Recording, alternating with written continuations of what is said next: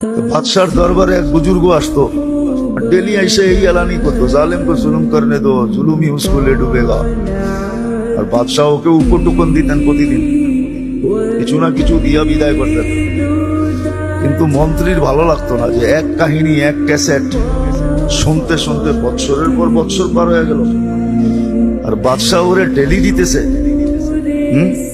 আমাদের তো মন্ত্রী বেতন দেয় ওরে তো ডেলি দেয়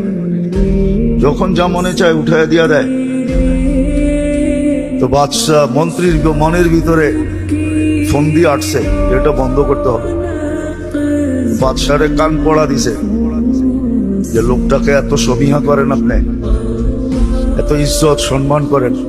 কিন্তু বাহিরে যে আপনার বদনাম করেন তো বলছি কি বদনাম করে বলছে আপনার মুখে বলে খুব দুর্গন্ধ বাদশাহ বলে প্রমাণ দাও বলছে কালকে আমার মুখের সামনে মুখ নিয়ে আপনি কথা বলে দেখেন আর এদিক দিয়ে এসে সাদা সিধা বুজুর্গরে বুঝাইছে হুজুর আজকে রাত্রে আপনার দাওয়াত আমার বাড়িতে সাদা সিধা মানুষ বুজুর্গরা সাদা সিধাই হয় বাপসাপ কম থাকে আমরা না বুজুর্গ না দেখা বাপ দিয়া চলি বুজুর্গকে বাপ দিয়া চলতে হয় না ওরা বুজুর্গ দিয়ে চলে ঠিক না হ্যাঁ বুজুর্গ দিয়ে চলে আমার শফি সাহেব